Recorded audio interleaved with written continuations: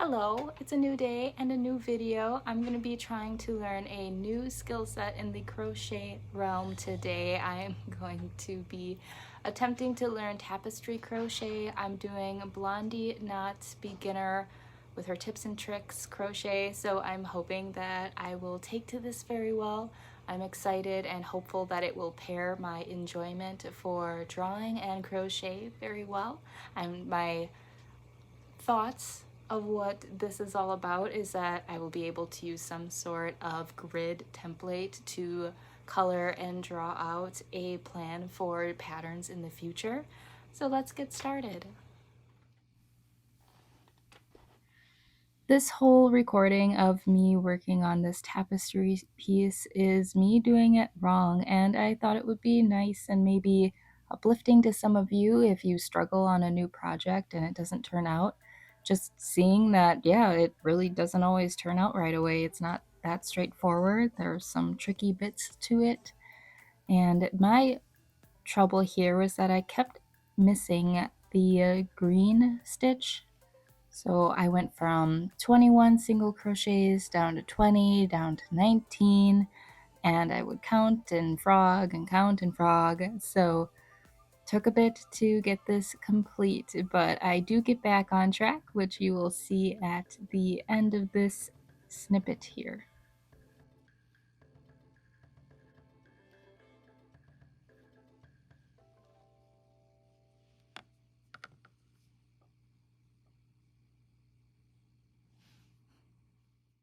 I think we can all appreciate how off that looked. So here is that piece reworked as it should be. So I've learned too that with tapestry crochet, your yarn stays connected to its skein. So appreciating that if I were working with more than two colors, managing my skeins of yarn so they aren't all getting knotted up could become rather tricky.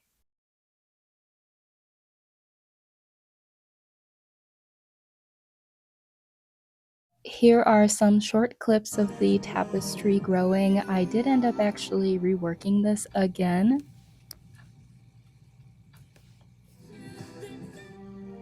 showing you where I am at. There is some tension that brings it in on the side, and I think that's because when I did my floats, I pulled everything too tight. So lesson learned, I'm now going to weave in my end.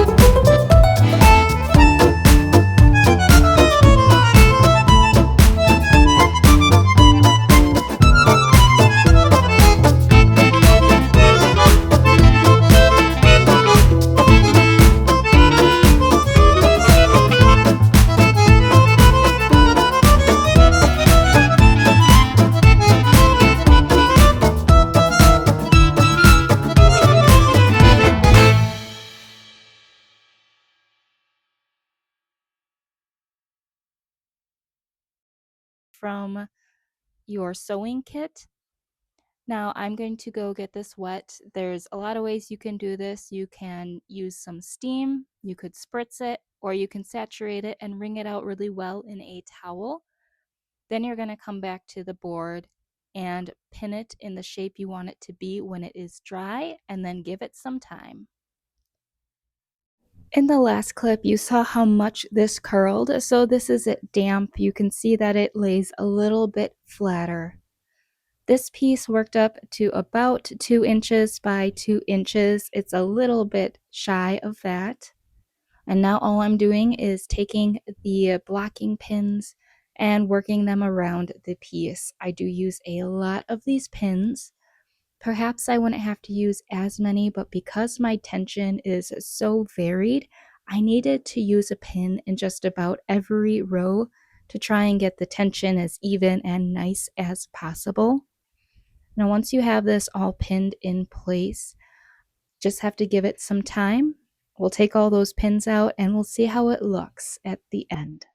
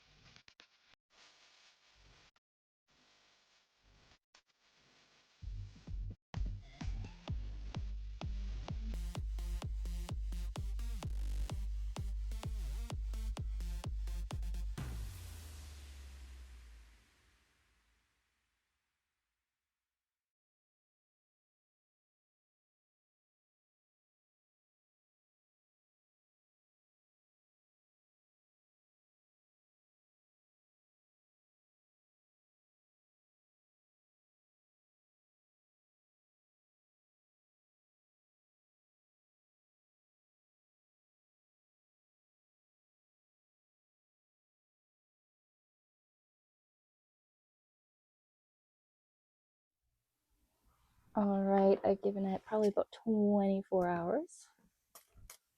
Let's take these out.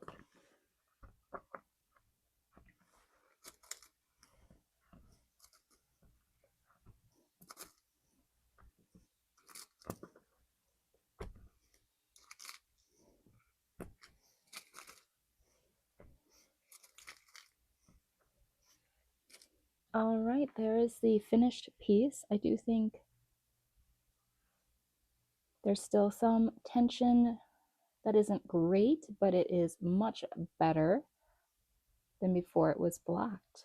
So thank you, Blondie Knots, for sharing your video on how to do tapestry crochet. It was challenging, a little bit tricky, but it certainly is a fun and cute project to do.